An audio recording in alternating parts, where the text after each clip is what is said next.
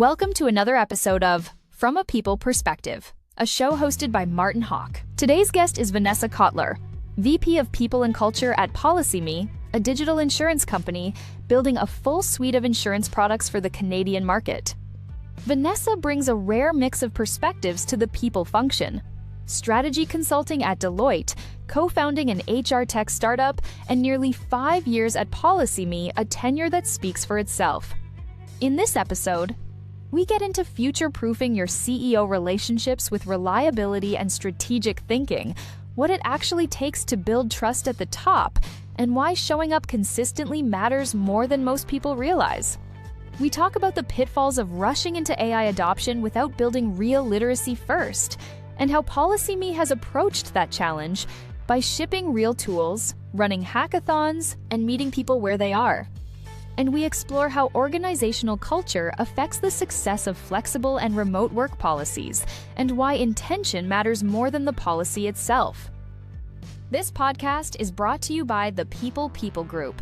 We're on a mission to economically empower people leaders. By joining our community, you'll gain access to career opportunities, a network of over 6,000 modern people leaders, and exclusive tools and resources. Learn more at thepeoplegroup.com. Here's the problem with most HR data. You have it, you just can't do anything useful with it fast. HR teams spend 70% of their time on admin, not strategy. Rippling built their AI on one unified data model: HR, IT, finance, payroll, all connected. Ask it a real question, get a real answer. No canned responses, actual live data from your company. And yeah, it could take a picture of a whiteboard and turn it into a report. That part's real too. Rippling, built for people ops teams who are tired of the gap between knowing and doing. Rippling.com. Go. Hey, everybody. Welcome back to another episode of From a People Perspective. I'm your host, Martin Hawk, and today we got Vanesa Cotlar with us. Thanks for joining. Thank you for having me, Martin.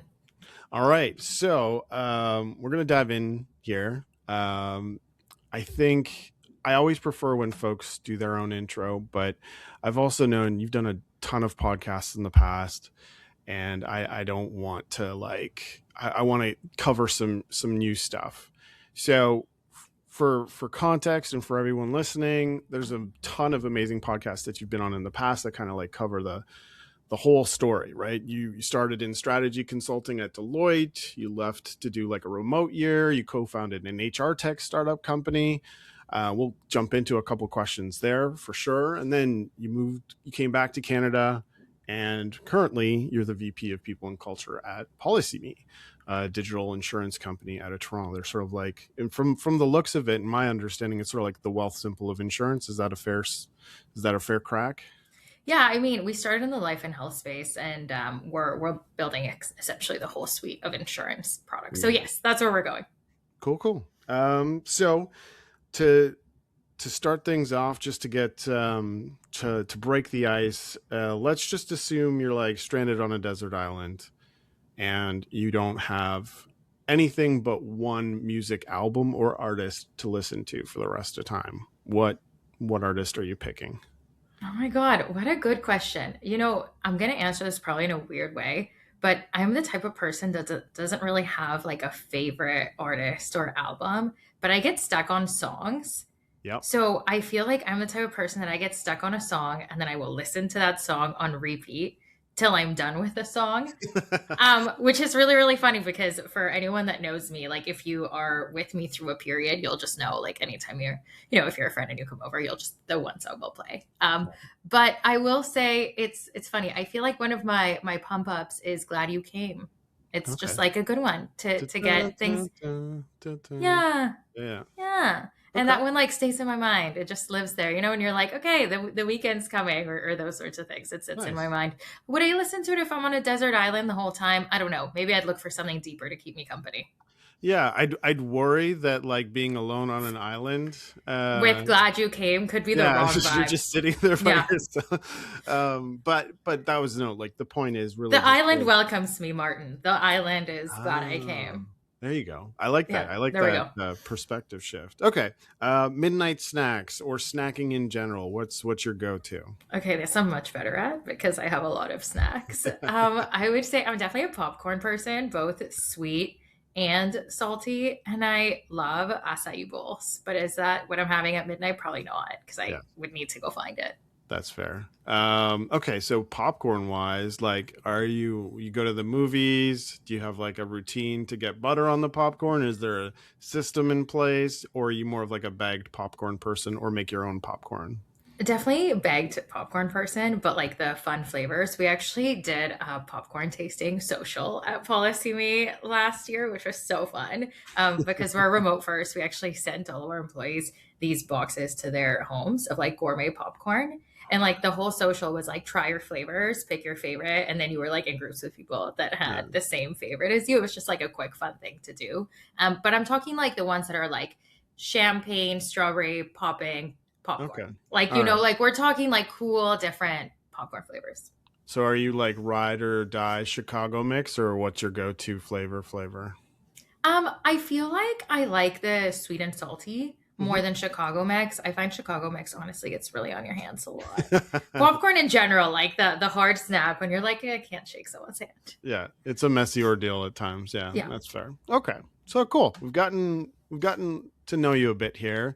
Now I want to get a sense of like your approach to things, people and culture wise. Let's kind of like dig into like how you see things from that perspective. So let's dig into that stuff. So, what is your most controversial work from home take? Most controversial. I mean, I don't know that this is controversial per se. I know, I've been a, remote work from where you do your best work proponent for a long time. I think that something that's interesting is, I've been at PolicyMe for almost 5 years. I've worked remotely and in person in the past as well, depending on the company. And when it comes to remote work, I think I'm someone that for a long time valued like the ultimate flexibility, like never being in office at all. I fully choose all the time. But Yeah. I moved back to Toronto in August of last year. And we do have an office in downtown Toronto for PolicyMe. And we have optional Thursdays in the office. And what I mean by optional is like you definitely don't have to go. A lot of employees can't go in because we have employees across the whole country. But if you're here, it's like, okay, come hang out on Thursdays, come in person. And I've been going every Thursday for almost a year now, which was a big change for me because the prior, 5-6 years of my life, I was fully remote. And I guess maybe my controversial, like hot take on it is as much as I love remote work, I do think some in-person component is really, really valuable. Even when I was remote, we would get together as a company a few times a year and I'd come in. But now that I go in, with this once a week, I do see value in seeing people from time to time as well. I think it's just this unique balance of if people show up because they want to show up in person, it's so much more intentional and meaningful, and it's a better time than if people feel forced or mandated to come in. So my controversial take on remote work is maybe that it works best if you also are open to a little bit of seeing other people. Okay. That's fair.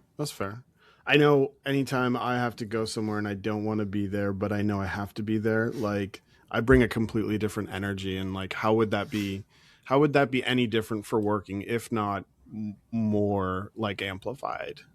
For sure. All right.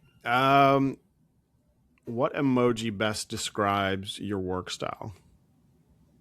Oh, good question. Maybe like the mind exploding emoji. You know which one I'm talking about? Yeah. Because I think I'm like doing so much all of the time. We talk about this in my team too. I think like I really am everywhere, and people often say to me, they're like, I don't know how you do your job, and I'm like, I just do, I just am where I am all of the time, but I'm very like connected throughout the business. I would say, definitely a people team that is embedded in how the company runs. Nice. So I like that. That one's very new. We've gotten a couple like similar ones, but that one's new. I dig that. Okay. Do you have like a secret weapon for surviving back-to-back meetings, when it sounds like today is one of those days as well. So what's your secret weapon there? Yeah, I would say a lot of my days are either lots of back-to-backs or chunks of back-to-backs. I do have a secret weapon. Any meeting that I don't need to screen share, I take as a call. People know this at PolicyMe, and it's a great opportunity to get up from my desk. It means I'm not like tied to Zoom all day, and I try to go for a walk as much as I can, or even move from my desk. And I've been doing this for years. And I think the nice thing about it too is people know that when they're meeting with me, if there's no need to screen share, I'll probably suggest a call. And in fact, people now ask me, they're like, hey, like, are we okay to do a call and not Zoom today? And I'm like, yeah, of course. And I think it makes a huge difference, because I think if you're sitting nonstop for like 7-8 hours, that's pretty miserable. But if in between meetings, you're like going for a walk while you're talking to someone, it really, not only I find breaks up the day, but I find it really helps you focus. I think in a world of lots of distractions, Slack messages, notifications, when you are on a phone call, you're not looking at a screen. You don't have those things pop up. So you can really be more present too. I dig that. Okay. 1-word answers, a couple more of these, and then we'll start diving into things. So performance reviews are? Just one word. I'm going to be so bad at this. No, you can. Okay. So can I say a sentence? A phrase, and we can double click. I'm going to double click that if you could. Okay. Performance reviews are needed, but have to be redesigned. Needed, but have to be. Okay. I like that. Team building exercises are good when they don't feel too forced. Okay. Return to office mandates are I just shake my head. SMH. Every CHRO or CPO's secret fear is that their CEO doesn't actually believe in the HR space or listen to them. No. I think it's definitely something that I've talked a lot with peers about, in one-on-ones or at, I was recently at the Troop HR retreat, and it's something that comes up in terms of just like the CEO, CPO relationship. No, I've heard that a number of times, right? You really want to make sure you're aligned and that they care, right? Yeah. And not to go on too much of a tangent, I'm happy to dig into this more if you'd like, but I think one of the themes and trends I definitely see is that chief people officers, VP people that stay in their roles for a long time, almost always it's because the relationship with a CEO is good. 100%. Retention is that simple, right? Almost, to a certain extent. Like if you're thinking of like executive team retention, or like if you don't actually value the role and the function of people in the organization, which would be a head scratcher for sure, why even build out that department? Why build out that team? Why have people working towards improving it, right? Yeah, 100%. And I think that part of it too is definitely those relationships are built over time, but it really needs to have that thought of like, I want this person to be my partner. Let's double click on this actually, because it's a kind of an interesting topic. I know a lot of members in the community, and I've had a lot of conversations over the last couple of weeks, just being in a bunch of different areas of the country. There is this uncertainty in like, not on the CPO VP level, but like when people are moving their way up, it's like they're not necessarily quite sure of how to start building that relationship. Like talking about somebody that's like maybe a director or a head of or something like that, and they're on track to get into like the executive team and whatnot, but they're just not quite sure how to like build that relationship up. What have you seen in your career? What have you experienced in your career that you would recommend to those folks? Yeah, that's such a good question, Martin. I think a lot of people struggle with that. I think I would have, honestly, first, if I was talking to someone about this one-on-one, like a few clarifying questions. Like, for example, is there someone in that role today, right? Like, are you reporting into a chief people officer or a VP people that's on the executive? Or is there just no one in the space? And maybe you're reporting into, which I hear lots too, like the CFO or the COO. You don't talk to the CEO very much. There's no people person on the executive team. Like those setups I also have heard of a few times. And I think when it comes to building the relationship with a CEO, I would base it kind of based on that beginning. You know what I mean? Like what is the potential setup and structure that you have? Because not every setup is the same, and therefore my recommendation would be a little bit different. But assuming kind of like a scenario where maybe there is no one else there on the people side, right? Like the most senior person is, senior manager, director level, or head of. They're not on the executive team. No one on the people side is on the executive team. And you're like, how do I get that C? I think so much of it is trying to figure out what matters to your CEO. And I know that seems simple, but it's saying to your CEO, hey, like, I want to make sure I'm providing the most value that I can for you and for the business. Can I grab 30 minutes with you and pick your brain about the things that are top of mind for you? And I think that sometimes it can feel intimidating to have those conversations or to say those things. But honestly, asking your CEO what they need or what they need to see more of from you, maybe what they need to see less of from you, can be such a meaningful way to start to understand how to shape that relationship. And then you have to deliver, right? So if they say, okay, these are like my main areas that I'm worried or concerned about that I would love some support in, then I think showing that you can be that strategic partner and help them figure out how to resolve those challenges that they're facing goes such a long way in them thinking, okay, actually, maybe I should have brought this person in sooner. Or now going forward, when this comes up, I know that I can count on them because look at this amazing thing that they delivered. Yeah. And do you think it stems really just from putting your hand up and or asking those kind of more high level strategic long-term thinking type questions? And I mean, obviously it has to come back from like results as well. They're not necessarily going to invest time if they don't see the value in it or haven't seen like a person doing well in the first place to a certain extent. But is it strictly that, or is there other aspects to it?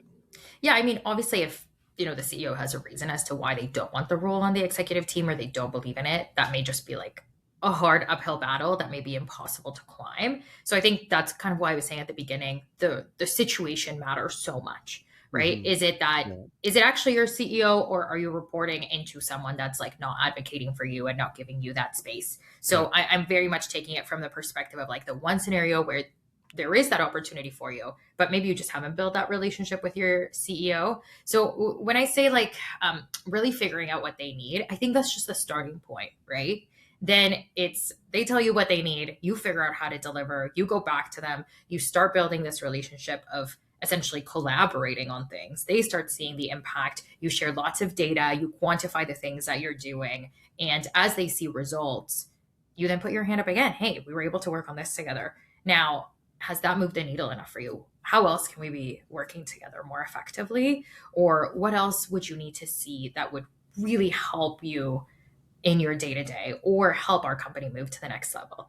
And I think really getting into the understanding of what is keeping a CEO up at night and how you can support from the people side of things can be super valuable. Small pivot here, but it kind of relates to it in the sense that having been a founder yourself and starting a company and going through that journey, to a degree, that gives you a massive edge when it comes to like understanding what they're going through as well and being able to relate. Do you think that's like a critical individual experience for someone to go through in order to like build that relationship, or can you do it without that?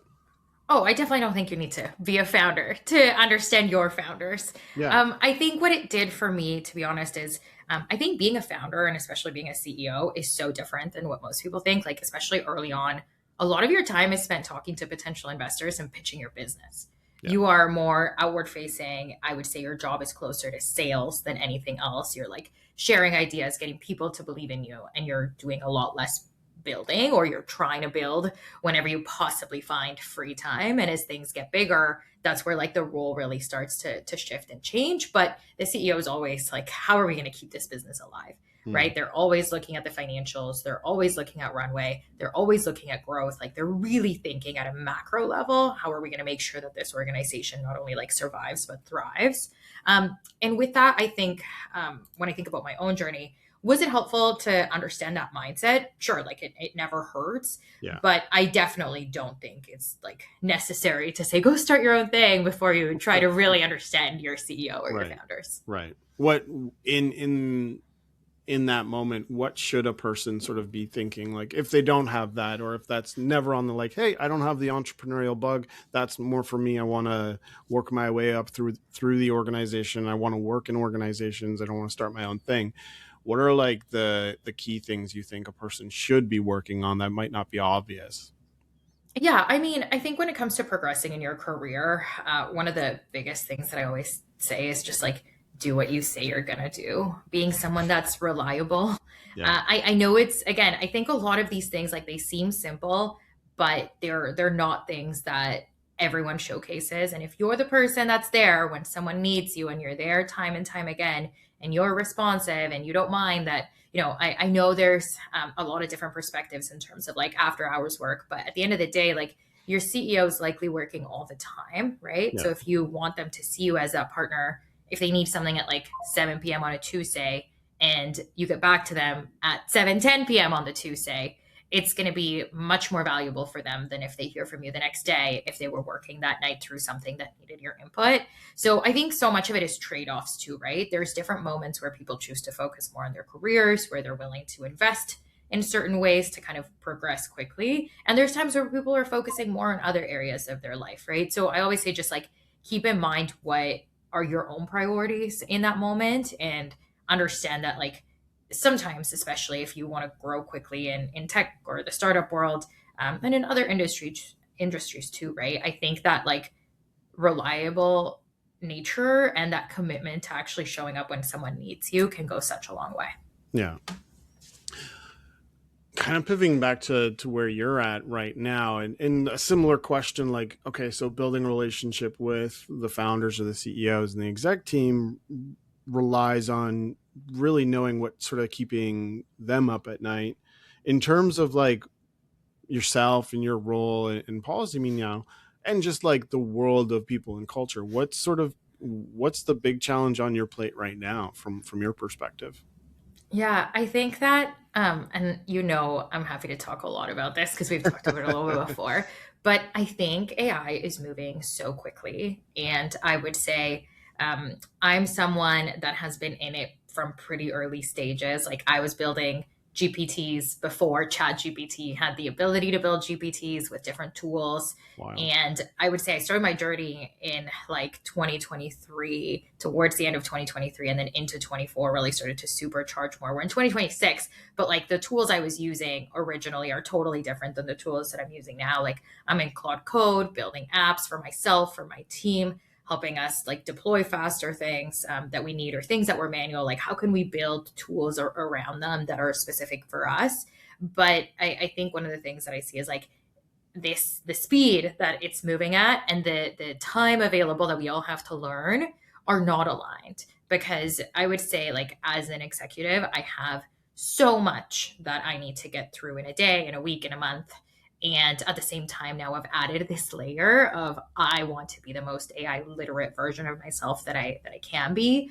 And as an executive team, we made our own OKR for Q2 that everyone would ship something with Claude Code, like a functioning app. And like I've done a few already. But again, it takes time, because the things that you build when you're a non-technical person, learning to vibe code, learning to launch things for the first time, like they're not perfect. Yeah. And I would say things that keep me up at night is not only how do I upskill, but how do I upskill my whole team? How do I make sure we have access to the right tools? What about data privacy? What about all of our employees' information? We are in an insurance company, so we're super intentional in how we move and how we give people access to things. So it's this like constant balance of wanting to move fast, wanting to innovate, but also understanding that like there is such a thing as moving too quickly with tools and technologies that we don't understand. Yeah. Is it too simple to just think like, oh, sort of like the old school, and I mean, old school makes probably not the right way to put it, but like Google was like, they had the 80-20 rule, or not the 80-20, but like 4 days a week you're working on Google, and the 5th day out of the week, Google's letting you build or create your own thing and kind of just be creative and and was like specific to the business, but like give you that freedom and space. And I don't know how much they honored it or not, but it's like, is it as simple as like, all right, AI's here, it's moving crazy fast. You have half a day every week where the expectation is to like learn it. Is from your perspective, is that a good strategy? Is that a right strategy? Have you employed it? Yeah, I think it can totally depend on the organization. I think also there's a difference between learning and just like what you're doing to learn and understand the tools and how to build versus like actually building things that add value to the business. And I would say a lot of our last year, so a lot of 2025 at PolicyMe was just spent on let's get people in there. Let's get people learning. Let's get people trying tools. Let's get people to really be AI literate. And we wrapped up the year last year in November with a Hack AI-thon where we had teams sit with their home team and build something by the end of the day with like engineering managers going around for the day and supporting as needed. But it was such a good thing to work towards because in advance we had everyone do some prep work and like make sure that they were able to use the tools that they needed for the day. So I think that part of it is balancing the learning with like what do you actually need to build that adds business value, realizing that you can't do this if people don't learn. So I don't know. I don't know that, Martin, that there's like a perfect balance of how to offer it. And I also think it depends by team, right? Like I would say our engineering team is spending a lot more time with AI than other parts of the business, but it makes sense, right? Because when you think about it from a development standpoint, they're the ones that can build the version of our agentic workforce that is easiest to understand and deploy fastest. So what I mean by that is, you can now build basically an agentic software developer, right? Like you can build an AI software developer that is building or that is doing essentially like debugging. When there's a bug, they can check for the bug and understand what's happening and give you solutions and recommendations and even deploy those, right? Yeah. But it's because it's code-based, it's more like the way I think of it is like it's math, right? Like you can be like, oh yes, they figured out the answer, but it's so much more different to say we're going to build like an AI-based people and culture specialist that's going to answer all of your questions when I'm not sure what it's going to say in which scenario, even if you train it, because it's nuanced, right? Yeah. So I think that we're there for some things and not for other things, and it's going to keep changing. What's one of the things that yourself or your team has built that has just had like the biggest return for either your team's work day to day or like, the impact to the company overall, like that kind of surprised you, like you were building it or the team was building it and you're like, oh, this is going to be useful and helpful. And the end result was like, oh my God, like how did we not build this sooner? Or why didn't we think of this sooner? Is there anything? Yeah, I think that, to be honest, we're getting there. Like, I think most businesses are still in the process of like the biggest returns on the investment from AI, because I think we're still in this learning bucket. There's a number of things that we've built and launched, but again, we don't have like, I would say, an agentic people and culture team member that is like really a part of the team yet. I'm sure in the future there will be some version of this. But I can share a couple things. I mean, we've had some for years now. So one of the first things we built with like basically it was a GPT at the time. But again, the first version I built was pre-GPTs, was a job description generator, which honestly over the years now has saved us so much time. Like when you think about simple things like building one for your team, if you don't have one, it literally at this point in time takes you about 5 minutes to build with ChatGPT. Like you can build your own GPT, you give it a few examples of your JD, you give it the format, you give it the output you want. You like so easy to build these. At the time, it was more novel. But over the years, like this is how we start all of our job descriptions. We don't do drafts anymore. And I would say people like, how did we do them in the past? You used to go to LinkedIn, see what other jobs were live that were similar to what you wanted to do and post. And you would take some of that information, you do some brainstorming, but it used to take time to create these drafts. And now it takes like 30 seconds or less because you're putting it out there and then editing. So that I would say is like such a simple one that we built a few years ago now that definitely, when you think about like investment of time to build versus like time saved, definitely one that kind of looks like that. That's nice. No, like when you think about it, like, I mean, I remember like having been a recruiter for 15 years, so like the amount of times like you're stalled on progress just because you haven't had the time to get a JD out the door, and you're like, oh, that keeps coming up, and meanwhile you're doing screening calls and doing intakes and everything like that. That's all just been like consolidated down. So that's a great one. And I have a ton of other examples. Like we built a performance review assistant a few years ago now. So Okay. basically, so that when you're writing feedback, it helps with tone, structure. I think a lot of managers struggle to like get written feedback right. So we taught the GPT our feedback models, how to give good feedback, and then it really helps managers through the process. So that was another one. So there's been like tons of like apps and tools that we've built just to make people's experiences better, I would say. Okay. And in terms of so like what's really interesting is you've mentioned it a couple times now, but like building GPTs before GPTs were like codified. There's an element to that suggests, and from the sounds of it, it's like you're well ahead of the curve in terms of like you're not waiting for things to like fall into your lap in order to be like, okay, I understand this and I want to do this. And there's one thing understanding it, and then there's another thing of like implementing it.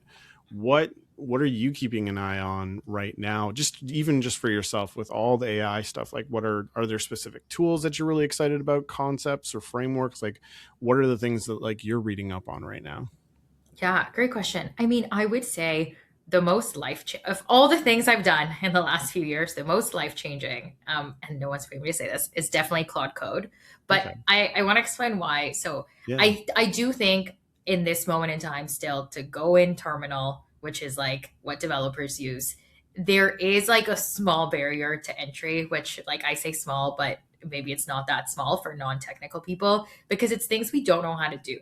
Right. Yeah. Like I had never, like Martin, I don't know if you've done it. Have you gone into terminal on your computer? You have. Okay. Yeah. But you know what I mean, right? Like it's one of those things that it's you like. feel like a hacker from the 80s. Exactly. Like, oh, right. It's a whole new whole new way of operating. You're going in there and like it, you're starting to code with Claude Code and to build apps and to learn how to like integrate APIs, how to add different keys for things, how to like understand JSON files and like what's good and what's bad and why did this break, and to like troubleshoot for yourself and to be like, okay, how can I actually deploy this? Like, how do I make this live? What are the different ways you can host things? What's safe? What's not safe?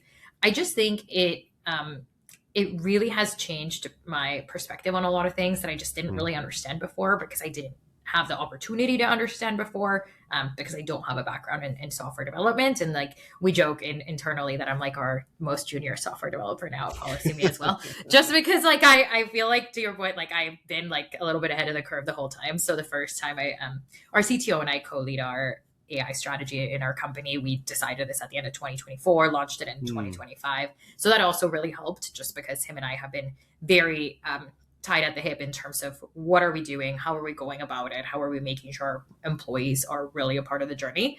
But him and another engineering manager, when we chat about certain things, they're like, wow, you're really like starting to ask like the questions that our junior engineers ask, around like, why is this way? Or like, why isn't this working? And I think it's just very interesting. And when you say like, what am I keeping an eye on? Or like, where do I look for things?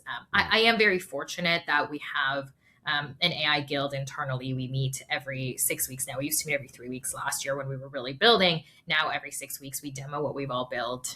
I'm surrounded by humans that are incredibly insightful and really driving AI forward within their roles. And we all get to learn from each other. So that's been just a fantastic way internally to stay ahead of the curve and also understand what's important for us as a business.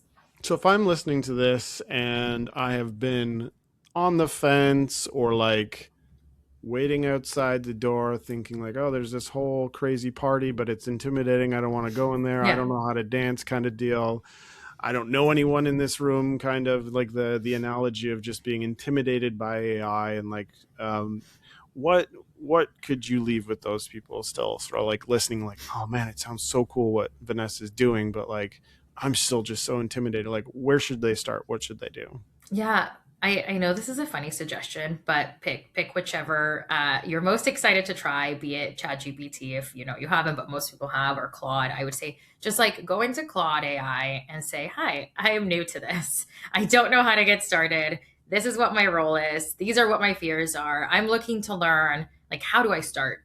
And I think what's cool about all of these new tools is like they'll walk you through everything. Yeah. Right. When I think about how have I been able to learn so much or try so much, it's because when you get stuck, you say to how do I move forward? Right. Like, help me find a way forward. Or like, I don't know how to do this. Can you help me figure it out? And it does. And like, I would say, AI is very helpful in helping humans understand how to use AI. If you're approaching it in the right way and asking it like thoughtful questions. Also, if you ask it basic questions too. I'm not saying listen to everything AI says, but when it comes to that initial barrier to entry, like how do I get started if I haven't yet?